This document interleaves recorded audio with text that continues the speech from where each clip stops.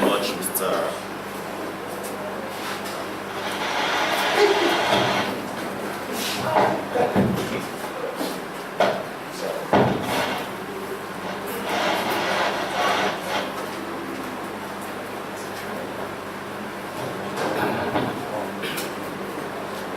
Thank you very much, Mr. Kimball, for the introduction and also the announcement. We really touched quite a lot of things that I want to go into. But always say, repetition is always a form of emphasis. It's something I've learned from my dad. Good morning, brethren. Good morning, sir. Shabbat Shalom. Shalom, Shabbat.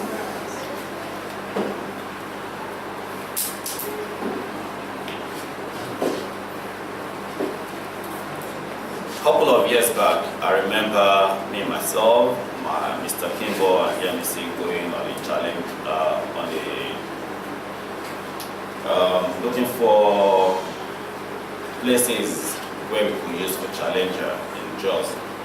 And we had a lot of work, a lot of trek, trying to look at places, sightseeing, places we could use before the other group would come.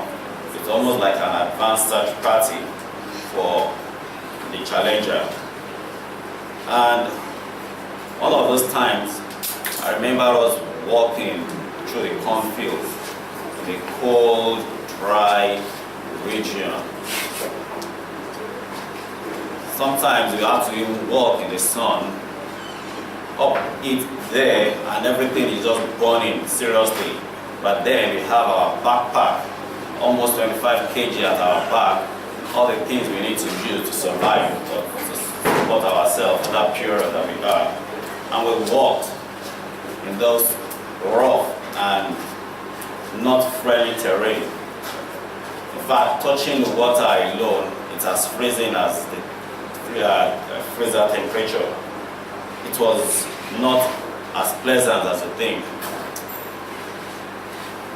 All those times where we walk, we look at it as,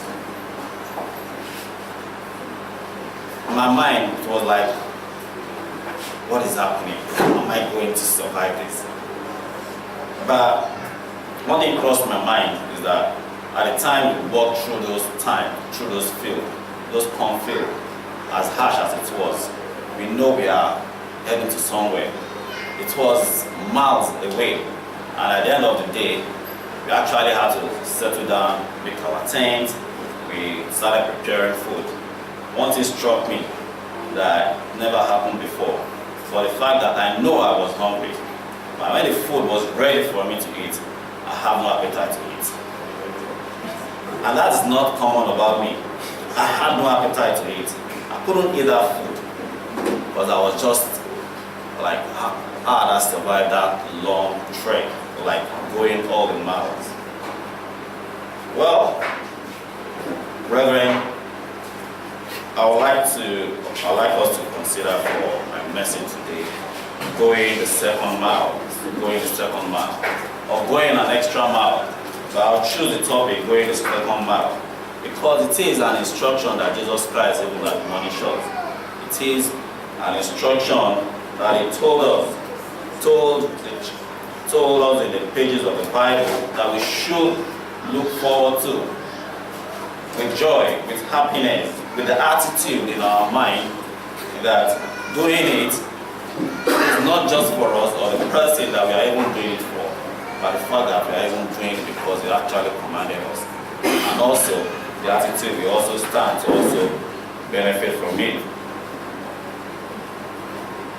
The Roman citizen, as at that time, it's in their custom to push them to use the Jews as at that time to do a lot of things. And one of those things is probably taking their cloak or probably using them to work some kind of work that they should have done, but they probably looking for a cheap labor. But it was a time also the Jews were also expecting the Messiah. And when Jesus Christ came, they thought He's probably going to probably take the government from the Roman and hand it over to them. And Jesus Christ came with an example of them not reacting that way. If someone forces you to do something extra to it. Someone takes your clothes, give him your suit as well. I mean, it was like sounding so unreal to the Jews at that time that how could the Messiah that is supposed to be giving us this, the kingdom, telling us to be still subservient to these people, or by now, but it is an attitude. There is a lesson for us in it. There is something Jesus Christ was pointing to us, going that second mile, going an extra mile in whatever we do. It is in doing that we know that we are actually heading up, beginning to have that kind of mind that Jesus Christ had, and also heading for perfection that Jesus Christ wants us to be perfect, even as our Father in heaven is perfect. I believe with us having this attitude of going an extra mile can also help us in our day-to-day affairs. Not necessarily when we face people that we work with, or people that we associate with, or people that demand things from us beyond our ability. It could also help us in pushing ourselves even beyond where we are. Not just sitting tight and sitting like, okay, I'm okay where I am. Oh, this is how much work I need to just get done or cover. Or this is how much thing I need to just do without doing extra. Or once my work is done here, by so time, I'm due to get out of this place. But rather, we need to start focusing on what more can we add to what we're giving. What more can we add to what is even demanded from us? That mind of going an extra mile will help us begin to achieve that.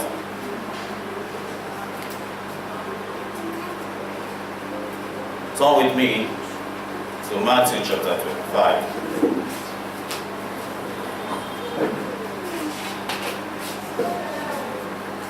Where Jesus Christ, in the Beatitude, told us to be going the extra mile. In that passage, it was actually referring to we not retaliating, but then who use the principle as it is in also bettering, making our life better in the way we relate with ourselves, in the way we relate with those we work with, in the way we relate with God Himself. Even at church, as church members, providing service to one another, the things God has commanded us to do, how well do we take them to heart? Matthew chapter 5.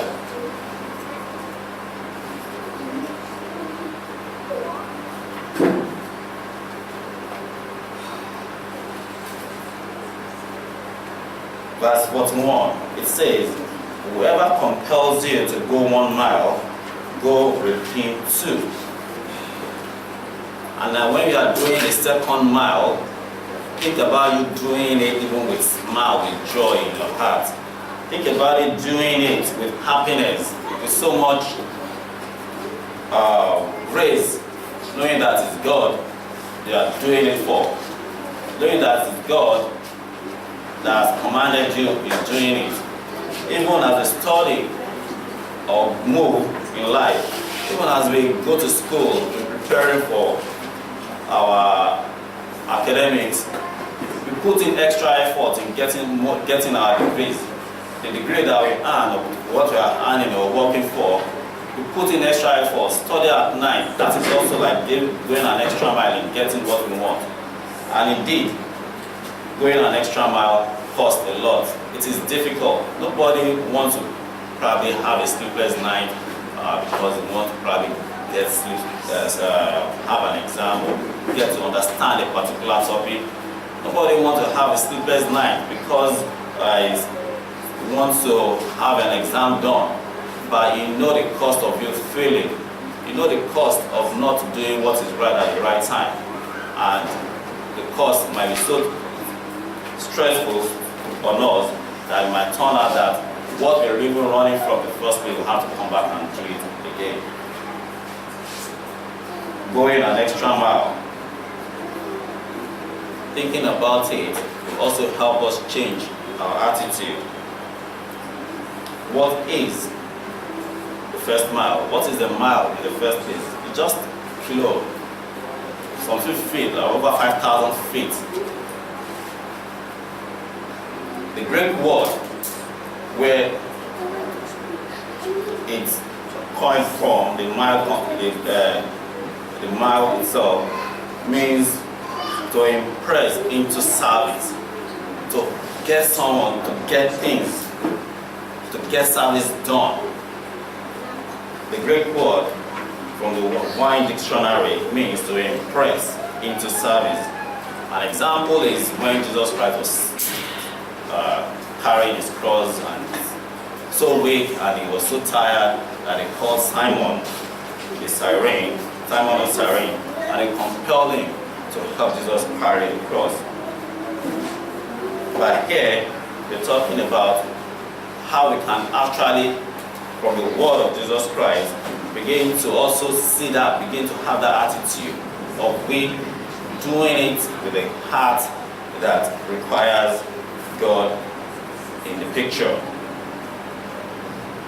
To us in the church, the first mile might be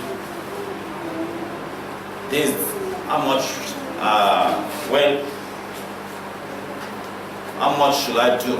I mean, is it just enough for me to just come to service and sit down and talk, listen to service and go?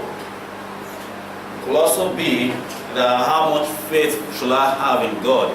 Is it to this level, or when it time of trouble comes, to say, no, this is how far I can go, I need to jump from here to here.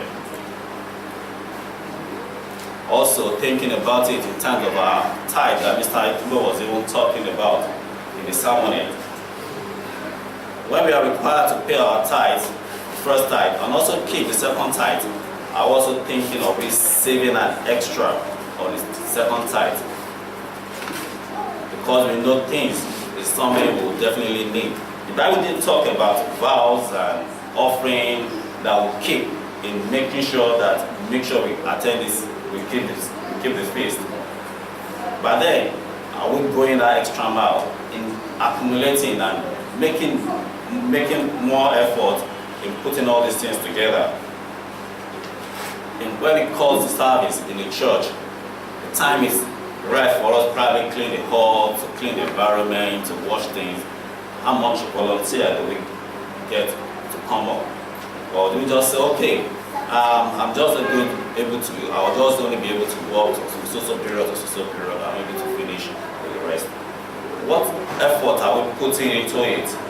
What effort are we getting into it? The concept of the principle of putting extra mile, going an extra mile in everything we do, goes above just us, going above just the first mile alone. When someone compels you, or when you have to have a service to do and you have to get it done, just think about what you can do. And that is where the second mile comes in. The second mile in itself is you going the mile of grace, going the mile of goodness and of kindness, going the mile when you start asking, what more can I do? I remember Mr. Kimball one time talking in one of his sermons about how the Jews survived the Holocaust. And they asked one of them, how did you survive the Holocaust? He said they had to just get the intimidation and everything out of their head and allow themselves to just be subjected to whatever they put them through. They asked them to sit down in dirt, sit down in faces. They just do it because they know they can't fight these people. They will kill them. And that's just the end of it. Of course, I believe some of them will start rebelling, but some of them still kept the hope alive, subjecting themselves to any condition that is subjected them to. And that's how they were able to go through the Holocaust. We also too should have that grace in us in asking what more can we do. We come to work, to help someone, are also looking out for one another, or looking for the welfare of the other person. What have you done? What is happening to you? Probably a student, or probably someone that you know lack one thing or the other. Asking, have you been able to resolve this thing? Is we going out, going and above what is required of us.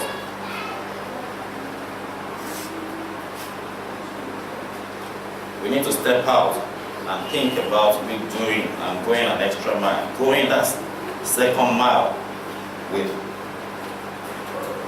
goodness in our hearts, with kindness, thinking about the other person and not just ourselves, asking, what more can I do?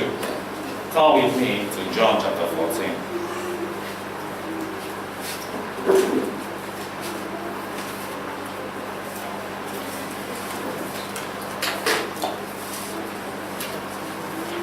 John 14.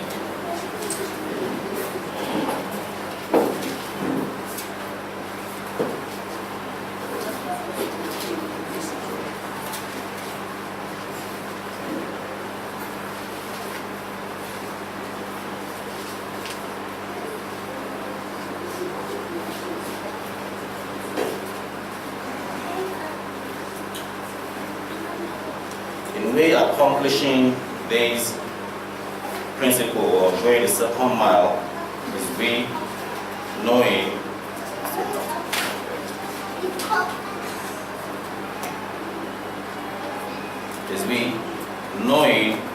that going the second mile is for us to can only be accomplished by the love of God residing in us.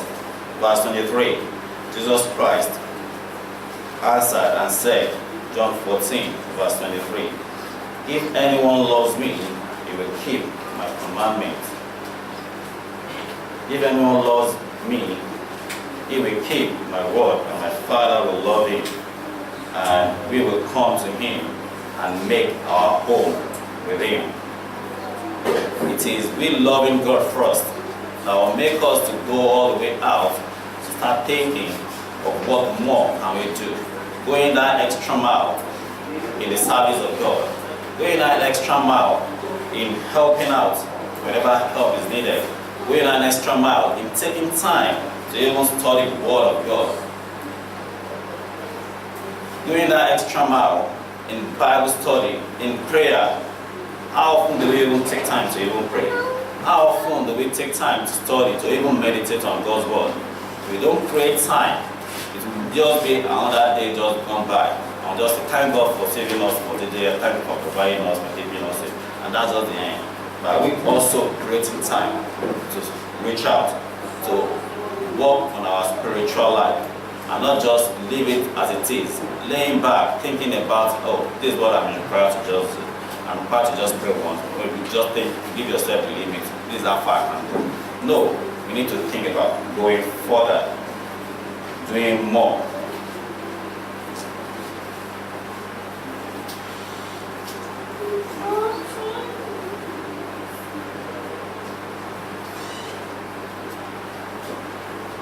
I remember taking the story of Cain and Abel is a good example of going an extra mile. God may call the two of them and ask them to make a sacrifice to him. It was out of negligence, out of not taking things seriously, or out of just thinking all I need to just do is just to go 1 mile. That made Cain to just pick only the things that he feel, or just fruits, not the best of his fruits. It was out of just going just 1 mile, that's what I'm required. That made him to offer the sacrifice that God eventually rejected. It was out of this me not taking things seriously, or probably just thinking just the minimal thing I can do, that made him to start beefing his brother. But it was out of the same instruction that Abel took time to go an extra mile to look for the best of all the sheep that he has. And he offered it, and God accepted it. It's a sacrifice that God accepted the sacrifice. Cain got angry, not because,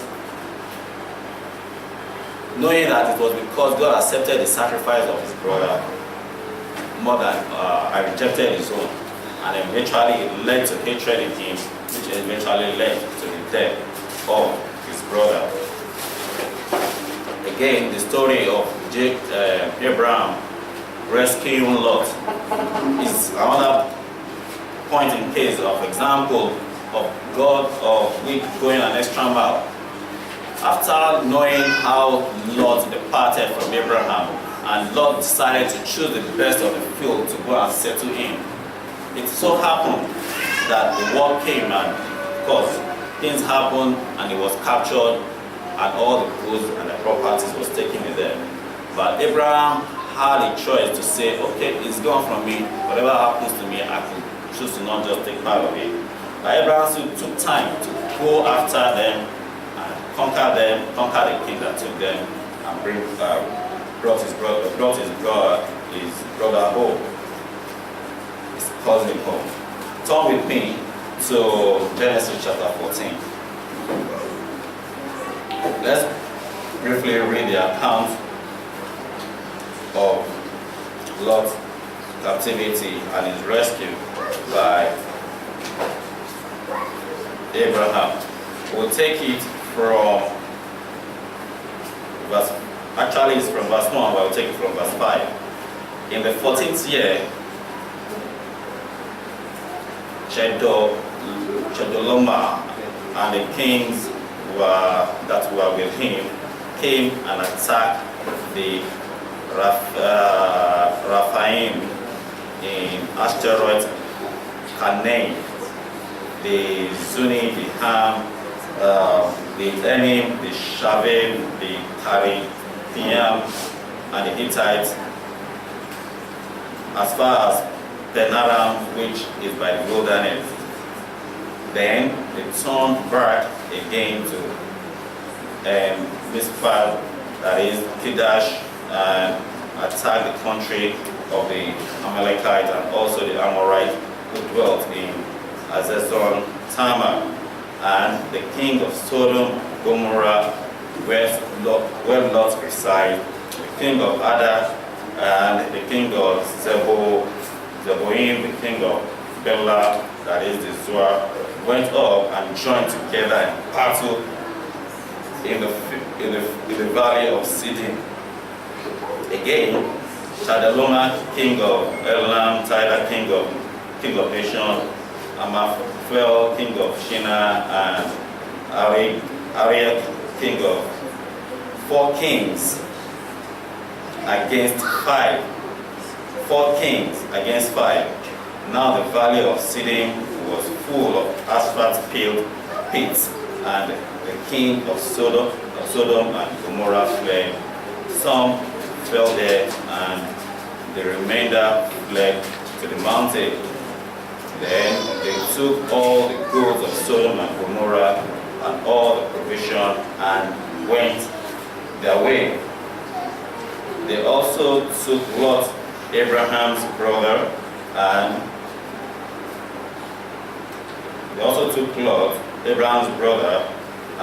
who dwelt in Sodom, and his goods, and departed. The one who had escaped came and told Abraham, the Hebrew, for he dwelt in Terabim tree of Mamre, an Amorite, brother of Eshcol and brother of Anna, and they went and allies with Abraham.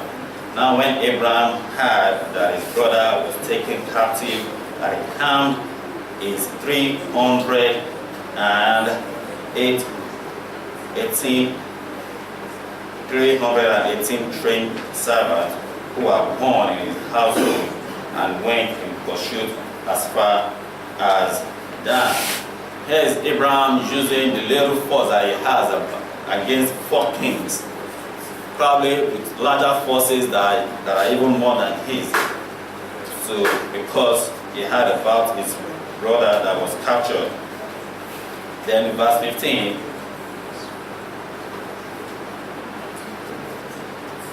he divided his force against them by night, and he and his servants attacked them and pursued them as far as Oban, which is north of Damascus. He also brought back all the goods which was, and also brought back all his brother Lot and his good, and well of the women, as well as the women and the people. Abraham could have taken or choosing to just not bother about Lot, but he chose not to just do that, but rather look at the fact that, man, I need to do something for my brother. And he went to get his brother back. He went to get his brother back. Our attitude of we trying to want to do more, going that second mile, should be exemplified in our Christian life at every point in time. Especially now that even our country is even going through economic crisis, things are becoming difficult. A lot will be demanded from us. A lot will be required that we need to do. I'm sure taxes are beginning to even increase because the government are beginning to even look for many means to just generate funds, up to even taking the plate of people's car in front of the park where they are supposed to be transacting business lawfully. But in all this, when they compel us to do that, what should be our attitude? Our attitude should be to give out, to reach out, to do more, wanting to do more and go that second mile, even when we are compelled to. The king Joash, remember a story of an account that Elisha was getting sick and he was about to just die. And King Joash went and visited him. It was a time that the Syrians had actually been, the Syrians had been worrying the Israelites as at then, and they've taken them, disturbing them a lot, and they've taken a lot of their cities, and they needed God more in this time. King Joash went to meet Elisha, and he begged and he talked to Elijah, and Elijah asked him to do some simple thing. Now, there's this thing I just want us to pick up from this. Let's turn to 1 Kings chapter 13. 2 Kings chapter 13.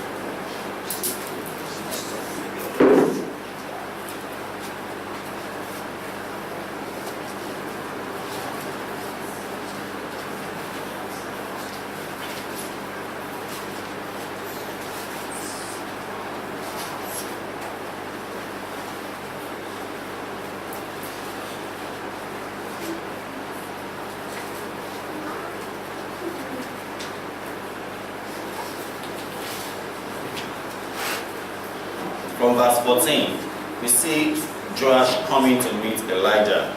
But if we read all the way from verse 13, we see examples, we see in the account of how Syria has actually been disturbing and taking advantage of the weak nature, because they've been going into idolatry. Verse 14, Elisha had become sick with the illness of which he would die. Then Joash, the king of Israel, came down to the king and wept over his face and said, "Oh, my father, the chariots of Israel, their horses and their horsemen." He was probably lamenting and thinking about, we are losing and the people of Israel are dying in this battle and we can't win it. What can you do for us? Verse 15, and Elisha said to him, "Take a bow and some arrows." So he took himself a bow and some arrows, and he said to him, and he said to the king of Israel, "Put your hand on the bow." So he put his hand on the bow, and Elisha put his hand on the king's hand. And he said, open the east window. And he opened it, and Elisha said to him, shoot. And he shot.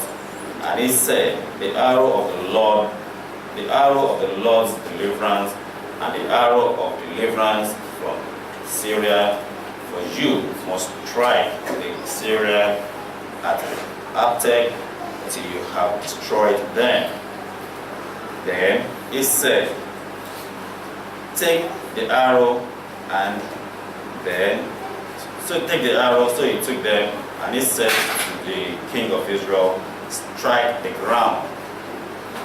Now, strike the ground here, so the King Joash could mean do what he wants to do. What you want. But King Joash here could not just figure in between the lines there. Strike the ground. And he went further, and he struck the ground 3 times, and he stopped.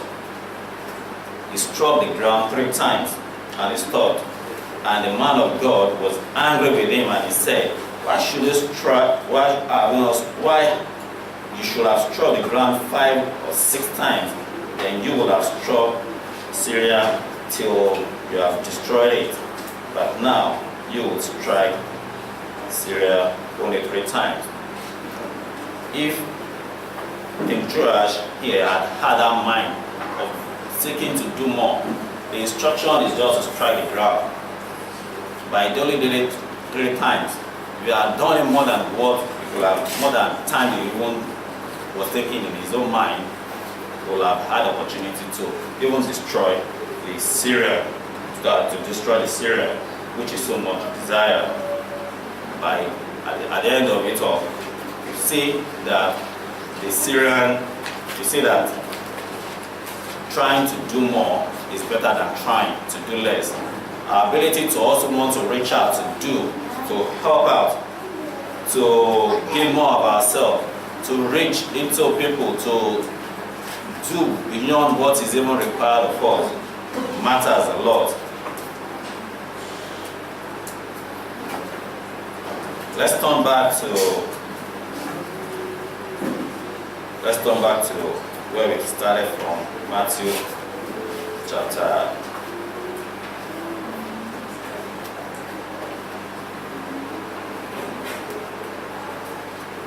5.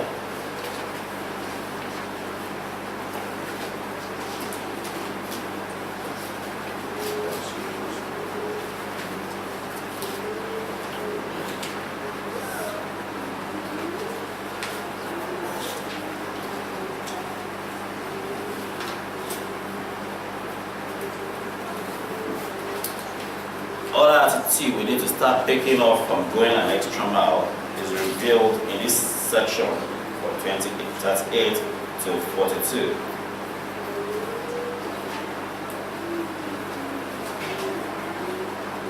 Verse 38, you should have heard it was said, an eye for an eye and a tooth for a tooth.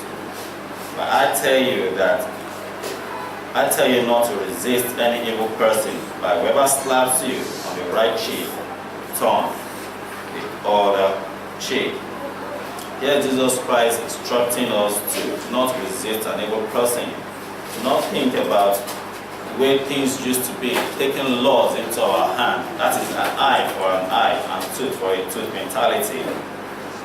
Should not thinking of we trying to level up. Are we in a relationship with people, a relationship with our bosses, our friends, and things that they do something so painful to us, and what we are actually planning on doing is just to get back. Sometimes we just need to just look at criticism in a way that is going to help us, not in a way that they are victimizing or killing us. An eye for an eye mentality will only get us into more trouble. We should not think of it taking laws into our hand, or because we've been injured in one way or the other, we need to probably get or insult on the person back to get even. We need to rise above our personal life the way that is natural to us, if someone slaps us, is for us to just retaliate immediately. No, I can't take it, and it's not going to be me. You did this to me, I have to do my own back. If I do not do my own back, then I'm not going to stop. That is the way that's the way an average human being will think. But Jesus Christ wants us to rise above that. Want us to think about just what He will do.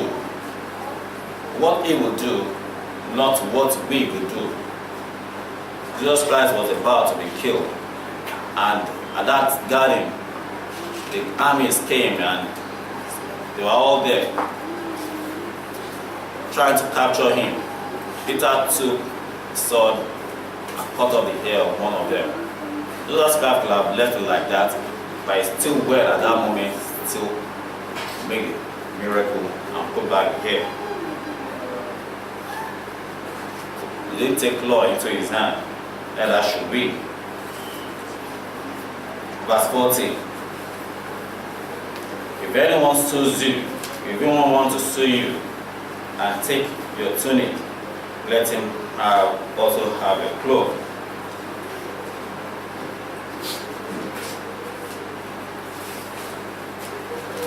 We should consider giving ourselves every day. Giving ourselves even the little that we have, as much as small as it is. If someone wants to just take it back from us forcefully, you should be able to give it willingly. You don't need to say what you want. There is more to life than this. That's what Jesus Christ is telling us.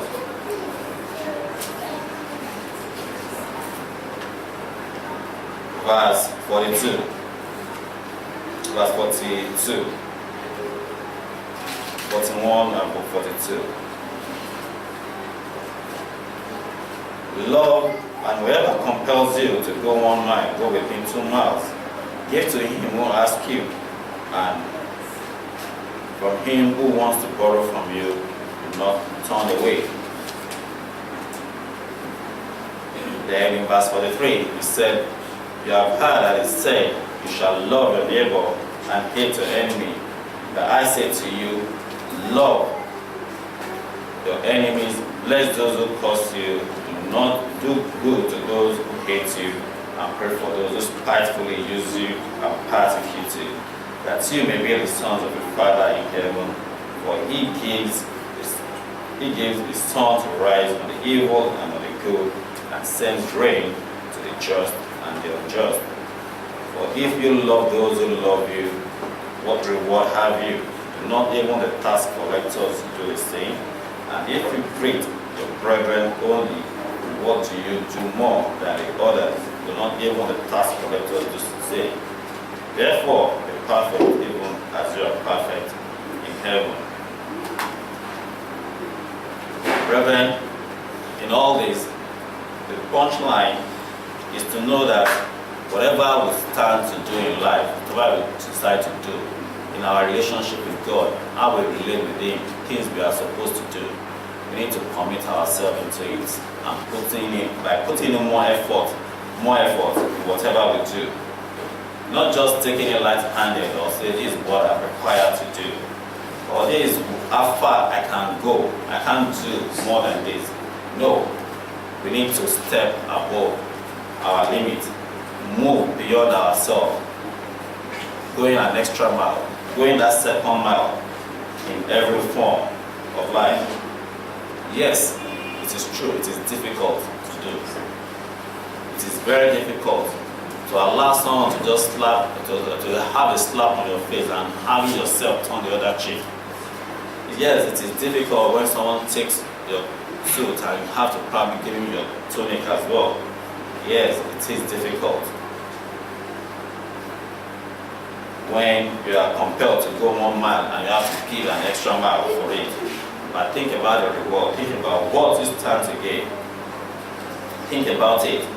Think about the fact that it's even a command from God. Because the reward is not just with you. It is a reward that you get from God. You might know a story, as I'm wrapping up, of a woman that went into a store and she She was an old woman, obviously, went into a supermarket, and she was just walking around, and obviously the attendant was just looking at her, thinking in their mind that she just not going to buy anything, she just wasting her time, she just probably with the shopping. And of course, the man did not actually buy anything, but she was actually walking. At a point, she got tired and she went to meet one of the attendants and asked, "Excuse me." The attendant asked her, "What can I do for you?" "Oh, nothing really, just whiling the time away for the rain to go down before I start heading home." And the attendant offered the woman, "Oh, that's nice. Can I get you a chair?" Which he did. He brought a chair for her and just engaged her in a small pep talk, and that was just what the attendant did. When the rain stopped, the attendant came back to meet her and said, "Ma'am, the rain is over. Do you want to go now?" "Yeah, okay. She escorted the woman and took her to the car, and that's how the woman left.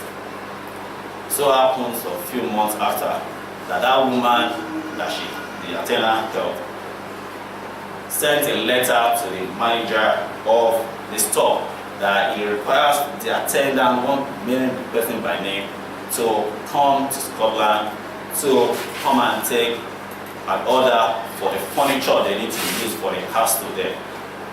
That the manager wrote a letter back that this person you are requesting had no knowledge in furniture business at all, but they rather prefer to send someone that has an idea about the furniture. So happened that the son of the woman now wrote back a letter to the store owner that, "Look, I am so person. The person happens to be a very rich person. The man, so I'm the son of the woman, happens to be a very rich person. I'm demanding that you send this person to me now." So happened, just to wrap it up, that this attendant happens to now own half, because of that single connection, half of that store. Just a kind of a gesture of kindness, of goodness, of offering someone a chair, as escorting her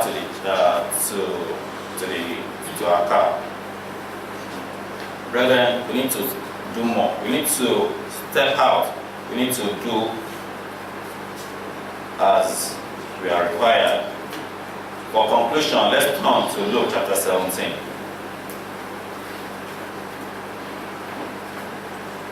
Luke 17.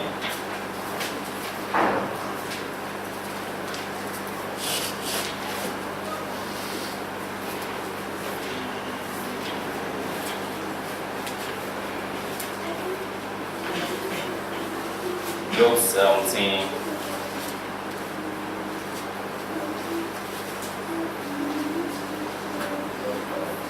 Verse 10. So likewise, you, when you have done all of those things which you are commanded, say, we are unprofitable servants. What we have done, what was our duty to do. If you have done what we are only required to do, it's only making us unprofitable.